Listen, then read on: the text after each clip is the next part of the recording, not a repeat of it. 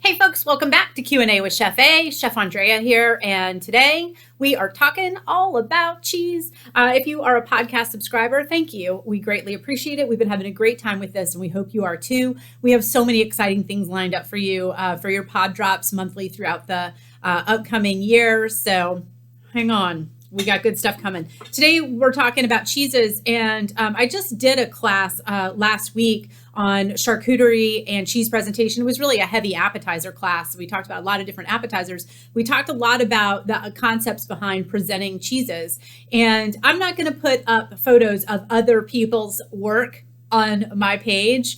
I will tell you that when I see those very Instagrammable, I guess they call them grazing boards.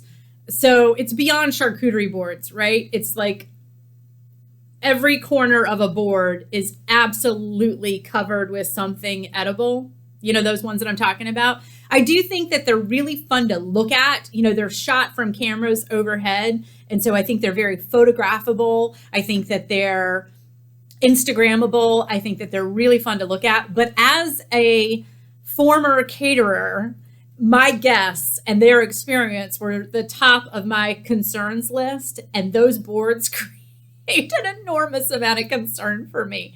When I see those, I see so many booby traps. I love the domino ring of crackers that goes around the complete wheel of brie that's at the dead center of the board. Even better, maybe they've put 3 tiers of brie at the dead center of the board and domino crackered around all of them. Does that make you nervous? It makes my palms sweat just thinking about it. Are you going to be the person that gets in there and hacks that brie apart? Are you going to be the first one to take one of those crackers away and just watch the whole thing come undone? Wow, those things are stress-inducing to me, as you can see. What I will say about food presentation, the simplest answer here every time is going to be keep it simple. The other thing that I'll say about food presentation is make sure your guests are not set up. No booby traps. And also I will say stick a fork in it. That's actually in the charcuterie handout that we're going to attach with this podcast.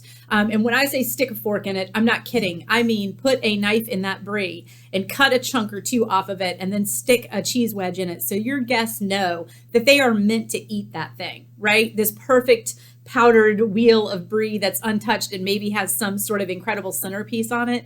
I mean, am I supposed to be the one to tear into that? So keep it simple is what I'm going to tell you. We've talked a little bit about selecting cheeses. I like finding a theme, country of origin, region of origin, one specific state in the United States, something that ties my cheeses in together. But I'm also going to tell you that the rule of odd numbers is manifesto when it comes to presenting cheeses, odd numbers. So that's exciting because while you might say, okay, so then I'll do 7 cheeses. Whoop, you could. Here's another really good odd number. Are you ready? 1. 1 is an excellent odd number. I mean, I would love, okay, so there's that grazing board. Can you picture the one I'm thinking of in your Instagram brain? There's that board. Or are we presented with a piece of slate that has a single wheel of brie that's already been cut into a few times and a handful of blackberries and some salted cashews? Hey, that I know what to do with. That looks delicious. 1 is also an odd number and a great odd number. Guess what happens if I put 1 cheese down on a tray and then garnish it with some fresh blackberries and a handful of cashews? That's 3 items. I'm still in my odd numbers, aren't I? And how simple, how clean, how elegant, and approachable. No booby traps. What you're going to serve on. What I always tell people about serving platters here when we're talking about plate up and even just plate up, dinner, whatever it may be, bigger is better. I always like to have a lot of space to work with, but I don't need to fill every square inch of that space with something, right? I like having some negative space in there, just some air around things. So bigger is better. It'll give you a lot of room to play with. But I also will say, if you have that tendency and you know who you are, that once that space is available, you are darn well going to fill it, then bring it back. pull it back a notch and go get you some small little plates and go for the concept of one. I'm going to show you a few of my favorite. My sister brought me this from Provence a long time ago. I wish I had a ruler out here so you could figure out how big this is, but compared to me, you can see it's small. I would say 7 inches, 6, little. I love this. Look at this platter. Now I want you to picture the platters on Instagram and then picture this guy with just a gorgeous chunk of gorgonzola with a cheese knife slapped in them. And then let's throw a little smidge of fig jam right over here. And then let's put next to this a little wicker basket that's got some sliced bread in it. Simple, right? And also 1 is a good odd number. Fig jam, bread, 3. We're back at our odd numbers again. So keep it simple. I love this little platter and I use this absolutely all the time. So there's that idea. This was another little platter. When I found this, I snatched it up because these aren't easy to find. Just a plain white oval. That is not easy to find. And I do love the simplicity of it. This is way too small for like a dinner service or something like that. But he is pretty for, say, asparagus as a side dish that we just want to put out. But he's gorgeous for a cheese. I'm going to go right back to my favorite thing that I keep telling you, the service of one, a single cheese on a platter. With 1 or 2 little garnish components. Now, he's pretty plain because he is just white. So one thing that we seek out are sort of like little backgrounds. This is a parchment paper that's a leaf. Isn't that beautiful? Watercolor. And these come in packs. We sell them here at our store, but if you're not local, you'll have to check online for them. I don't have an online store. Look at that. Isn't that gorgeous? So now 1 cheese, sorry, this is still wrapped, but you're getting the concept. 1 cheese on this leaf, on this platter, right? Drizzle honey over, put some pile of cashews here. Simple, but I do love those little parchment leaves if you can find them. So that's an example of them. They come in all kinds of different shapes and colors, but I think that's such a nice addition to a really plain, simple platter. Now, the other thing I could do is a bigger platter like this. And what I could do is isolate one of my cheeses by having a large white oval and set this off in the corner and set my cheese on top of it and then run some bread down here and then have a little pot of jam and then a handful of nuts over here, something like that. So you can use these to kind of draw the eye to one spot of a platter as well. So those are sort of handy. And then my own personal collection of platters from, these aren't, I never used these in catering. I used these for chef table dinners when we did those here in the kitchen. These are a little too fragile for catering, but this is what I have in my own home. And I'm going to shift a few things here. So sorry while I move away from the camera for a second. But what I do is collect pretty much all the same size, but other than that, no real connection to them. Antique platters of various styles. So this is a Dutch platter. Can you see the beautiful little blue painted flowers? Isn't that gorgeous? And I don't know that I'd call him antique, but he certainly is vintage. He's not new. So, and you see the size of them. So let's give a visual. So they're about the size of across me, right? That size platter. That's what I collect.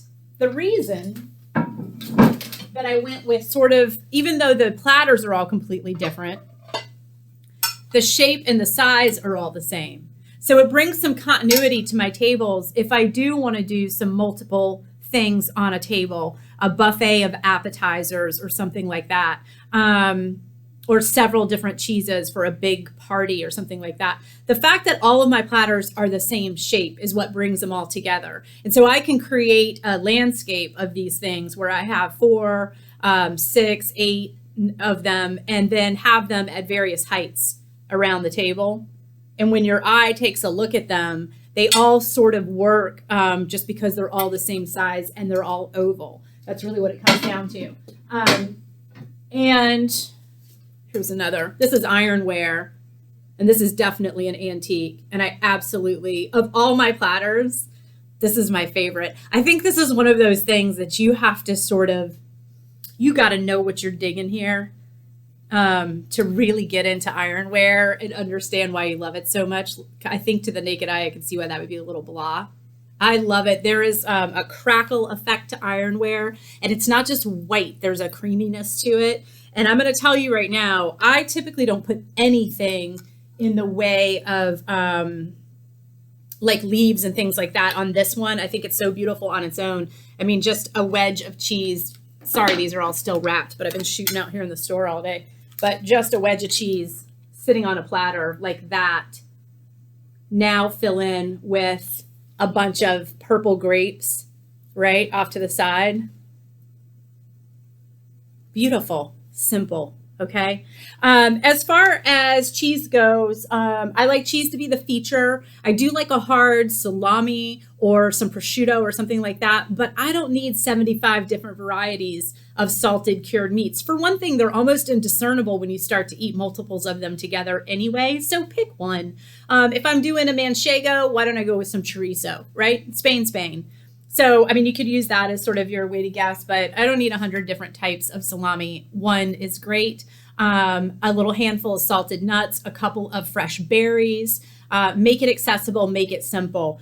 I was just going to tell you guys something else that just totally slipped right out of my brain. But the Instagram boards, like I said, I think they photograph well. That's what I was going to tell you. And here's the other thing that I always catch on those boards every single time, is that, okay, two things. Don't mess with that cheese very much, okay? Just leave it as whole as you possibly can and invest in a set of cheese knives or cheese wedges that you can just set in there and serve it out that way. If you get into that cheese and you start hacking it up, nobody will ever know what it was to begin with, right? And what I don't want you to ever buy are those dusty bags of cubes, right? Save those for the galleries that are putting out free wine and cheese on Art Walk night on a Friday. That's who those are for. For you and your friends and your family, fresh, good cheeses is what you're looking for, not those dusty cubes. And I don't want you to slice up your cheeses and make them indiscernible. What were they? Did they come out of a sandwich pack? I want people to see that gorgeous wedge of Gouda and his component, the very aged Gouda, and you can chunk a few pieces off and then pop a cheese wedge in it and let everybody else do the work. The other thing I wanted to mention is that often on those platters, not often, every time, always, every time on those platters, I catch this crime. Here's the crime on those platters. Now, this is hard to show you, but you're going to get the concept. I have set this cheese out on a platter, and I've added 7,000 types of meat and 150 crackers and a few booby traps for you. But you want to know what really irritates me about this platter? This cheese facing inside the platter. There's the fail, okay? And I see that again and again and again. Turn that cheese around. Boop, turn it around. The guests need to have access to the cheese. So when you aim it to the center of the platter, now it gets worse. You know, I've seen it aim to the center and then dominoes here. But when you aim your cheeses inward, no one knows what they're supposed to do with them. They have to reach across the cheeses to get to them. Let's not do that, right? None of that. Turn it around. Just make sure they're facing outward. That's my tip of the day. That image right there might be worth this entire video. It's the simple things, isn't it? Your PDF for this month is that Heavy Apps handout that I was talking about. I was looking over here. I thought I had a copy. It's got a lot of tips on Plate Up. And we'll remind you again and again to keep it simple, keep it simple, keep it simple. I want you to keep it simple. Of course, I didn't bother to bring it out here with me, but it's a good printout. You're going to love it. Take a look at it. It's got some fun appetizer recipes in it. A hokey little article that I did about charcuterie, 15 years ago. So, but, I reread it. It is kind of hokey, but it is kind of fun. So, little thing about charcuterie in there, but all of my little catering tips that are the reminders of these. Try to work yourself little simple odd numbers. Try not to get too much going on. Please don't booby trap your guests. I beg of you. Keep it simple, and I'm going to write on this. Won't keeping it simple make it nicer for you too? Yes, it will. It will make it nicer for you too. I mentioned in that handout that I want you to avoid flags. And so very quickly, I will draw you a quick picture of what I'm talking about. And this is going to be really quick, but because I don't have any blank paper out here. But a flag on a platter is when you accidentally create identical or mirror image sections of a platter and then run something mirror imaged through the center and off to the sides. I'm going to show you what I mean. So let the light that's a flag. So I put a square cheese and a square cheese and a square cheese and a square cheese, or slices of, slices of, slices of, slices of. And then I ran bread this way and ran bread this way. You just built a flag. And that plate up look is very unappealing to the human eye. When you look at the monster boards, such as I call them, when you look at those monster boards, a lot of times you'll catch that. There's patterns in them. And your eye likes patterns in certain things, but it does not like patterns in food. What your eye prefers in food is abstraction every time. So if I take a platter and do a wedge of cheese here and around over here, and I run some vegetables down the middle here, and I do some fruit back here, and I do some crackers along here. I'm just going to show you what I'm talking about because I'm working with junk paper here, so sorry. Now look at that platter. Isn't that more fun? So I got a brie and a wedge, and I've got some crudité and some fresh fruit and some lined up little crackers down here. A lot more interesting when we get away from the concept of mirror images or crisscross, circle, circle, circle, circle. I think that's a Swedish flag, or you may have just asked for help from the Coast Guard. I'm not sure. So watch out for those. You always want to go. That's why, again, that odd numbers or a single item, something like that. Okay, guys. I know it's kind of some abstract concepts out there. I will take some photos over the course of the next few days of images of cheese platters, appetizers, things like that I put together that I feel like are appealing. And we'll do our best to get them in with this, but don't ever hesitate to find my Facebook page, A Chef's Cooking Studio Facebook page, or my Andrea Rosenblatt Facebook page. And I like to throw photos up there all the time too. So if you're looking for more of a visual on some of this, grab me over there as well. Print out the handout to this and reach out to me with any questions about some of these concepts. But the shortest answer is the best answer you've gotten in a long time about entertaining at home, which is keep it simple. Seriously, when you go to that cheese case, buy a wheel of brie. Go grab some blackberries and grab a sleeve of crackers. You're done, and it's going to be gorgeous. Enjoy Pinteresting those crazy boards. And they are something to look at, aren't they? But that is not necessarily what you need to make. And I can tell you that it's not necessarily what your guests are going to love. All right, guys, keep it simple, keep it real. Hope you're having an amazing weekend, and try some new cheeses. Shoot me some questions for Q&A with Chef A. Thanks for joining me on the podcast. To my subscribers, I say thank you so much for your support. It means everything to us. Look forward to finding you on the Cookbook Corner on our YouTube channel as well. And I hope you have a delicious day.